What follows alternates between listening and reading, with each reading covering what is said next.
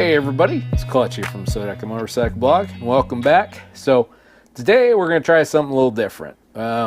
Today's episode, we're going to start a new series. It's going to be called Tales from the Road. Just some tales, funny stories, things that happened to me on the road that maybe I've not necessarily talked about the Sodak Motorcycle Blog before, happened years before, so you didn't really get a chance to see any of those. So we're going to talk about that. Kind of the vibe I'm going at is, you know, we're sitting here at a bar, we're having a couple beers, and we're just enjoying, you know, I guess each other's company, and like I said, just telling tales of things we have been through. So the first story we're going to talk about today,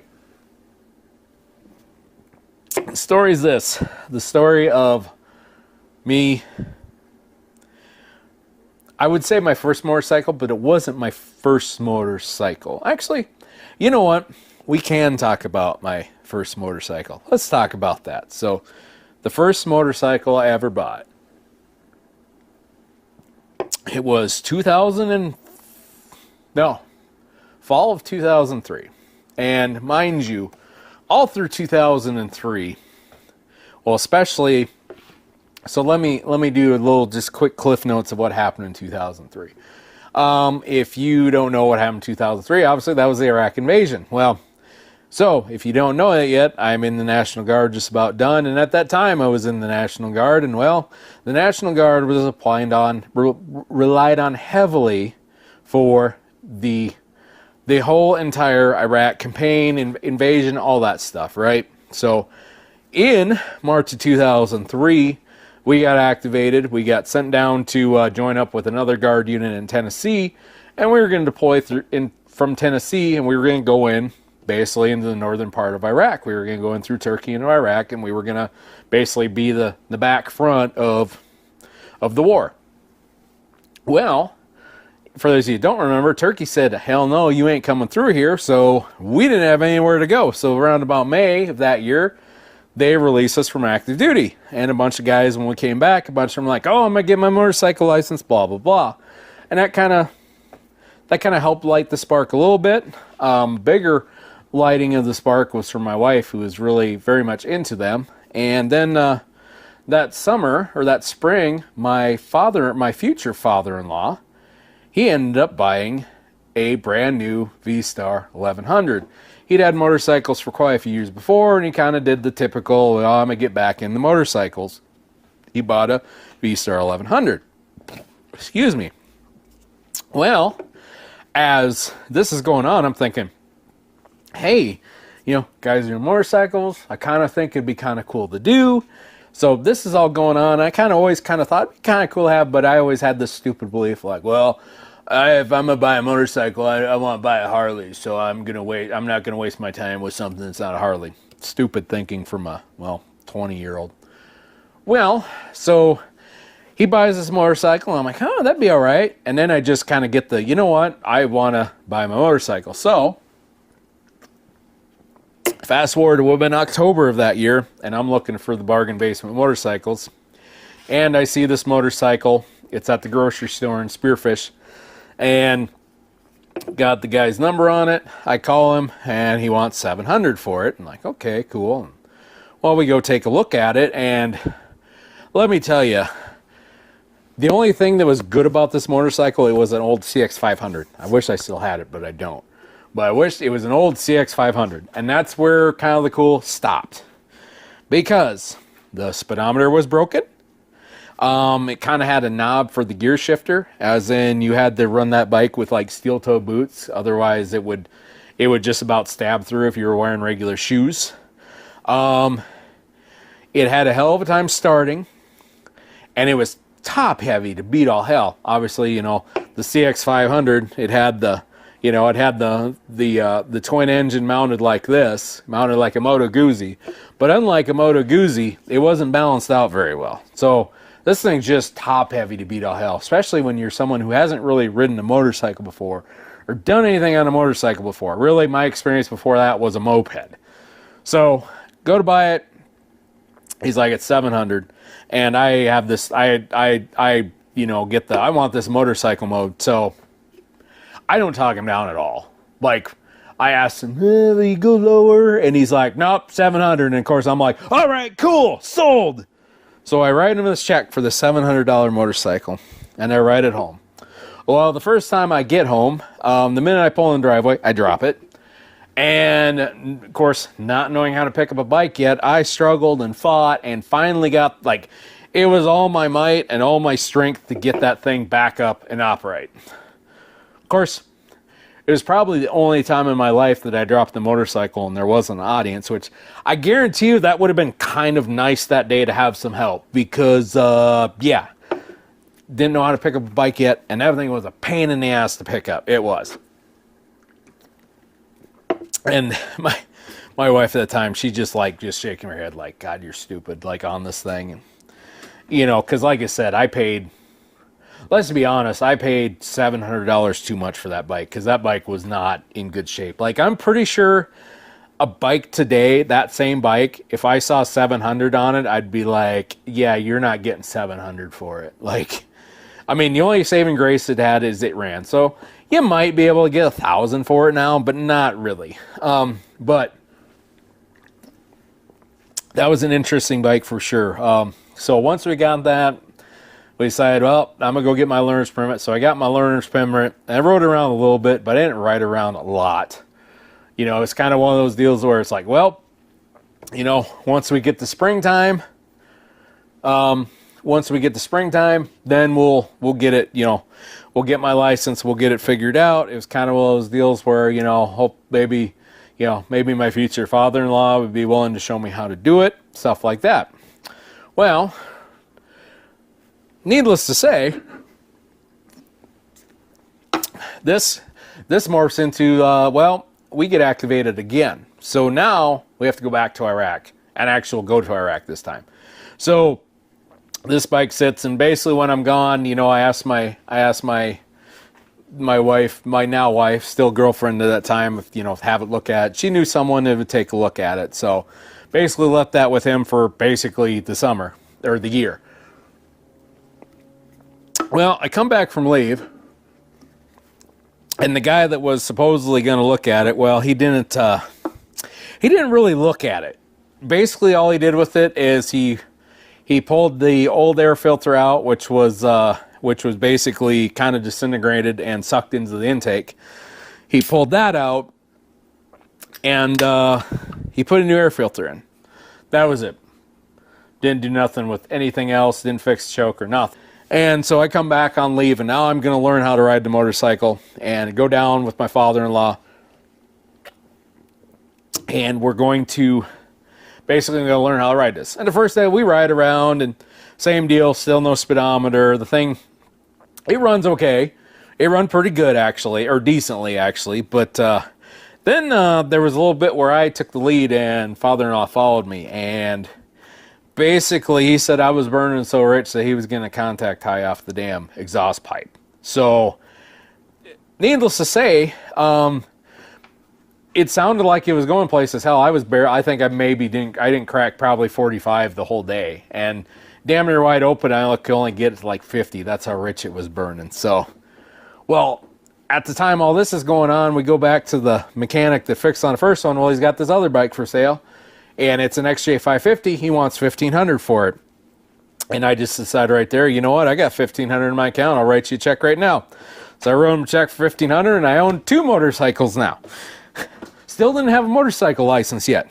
Now, granted, I was going to get my motorcycle license the next day, but I decided, imagine this, the night before your motorcycle test, you're going to go buy a new motorcycle, and you're going to take it on that motorcycle. Granted, this motorcycle was a hell of an upgrade. You know, the speedometer worked, the lights all worked, the gear shift was actually a proper gear shift. I could have gear shifted that with sandals on and been okay.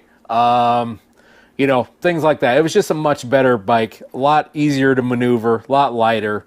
So, take the motorcycle test on that, get my license. Okay, cool. Ride it along for a few days. I finally got my license. Well, then I go back to Iraq. Well, fast forward to December. Now here's the part of the story. So, fast forward to December, and everybody's starting to buy their toys for when they get home, because one thing they they made sure and did over there is they got, all these companies that had partnerships with AFES, which is the one that provides like the PX and all that stuff. Basically, they're like the ones that provide our Walmart over there. If you've never heard of AFES, or, well, now it's called the Exchange. It used to be called, on Army Post, it was called a PX. On Air Force Post, it was called the BX, or Base Exchange. So we go, and I think it was called the Navy Exchange on Marine Corps Navy bases. Anyways, that's not the point of the story. The point of the story is all these companies in America have these partnerships. So, Ford, Chevy, Ram, well, at that time, Dodge, and Harley Davidson, they all have these partnerships where, hey, you can order your bike before you go home and you can start paying it on your drill check or on your paycheck before you go home. Well, at that time, 2004, basically, that's when, Harleys were selling $5,000 to $10,000 above book everywhere. So you couldn't really, even so, to outfit a Sportster, like my father-in-law's V-Star, which also had the Silverado package. So that was a $9,500 bike.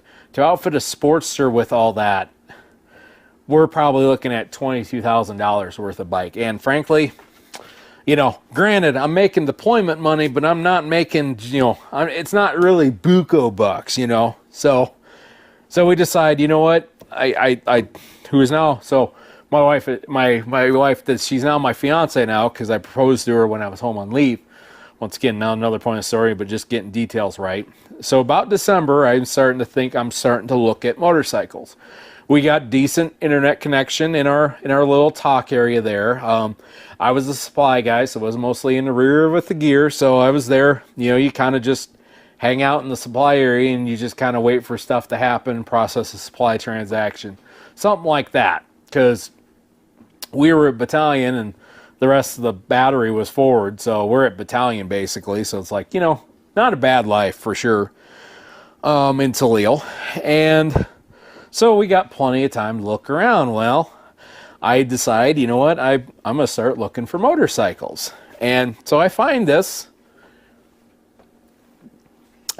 red V-Star. I think it was used. It had about 5,000 miles on it. I think they wanted $8,000 for it or something like that.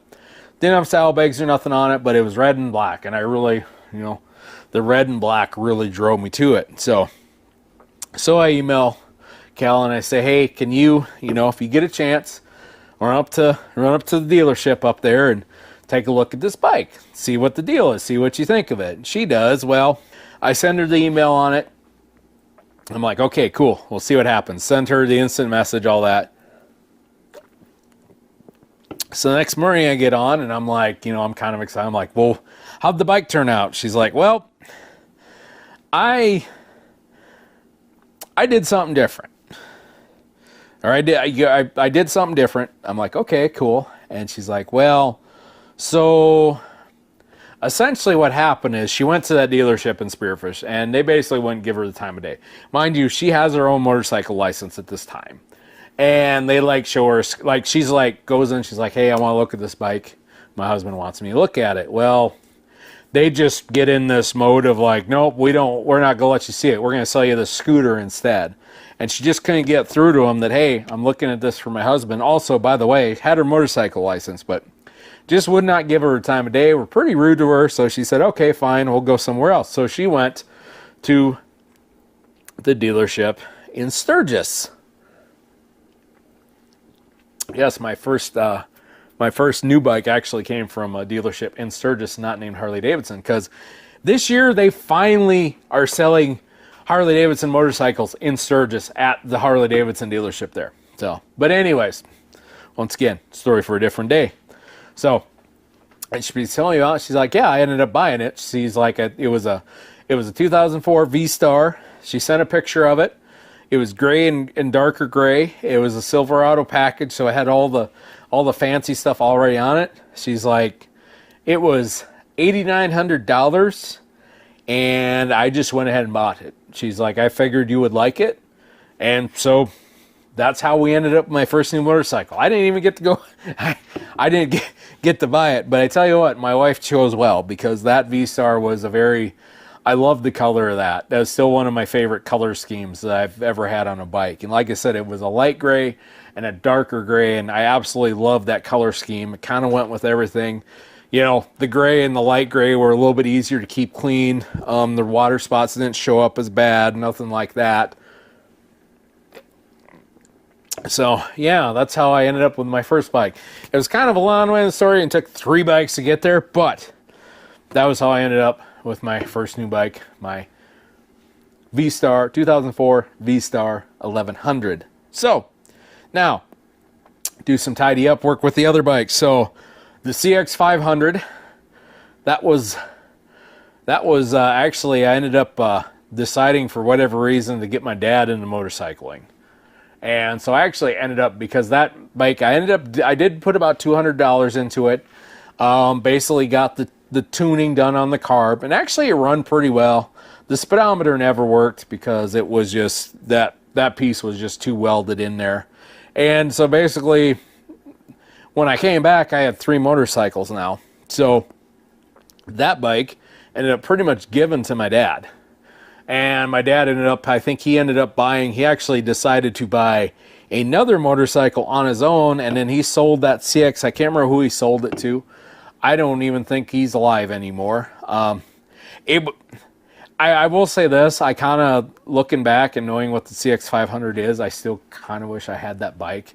I will say this, if you are out there and you somehow, let's say you have this CX500 that your dad or whoever bought from this guy named Warren Lewis, you know, in Tulare, South Dakota, hey, please reach out, because I would definitely be interested in that bike. So that's what happened to that one.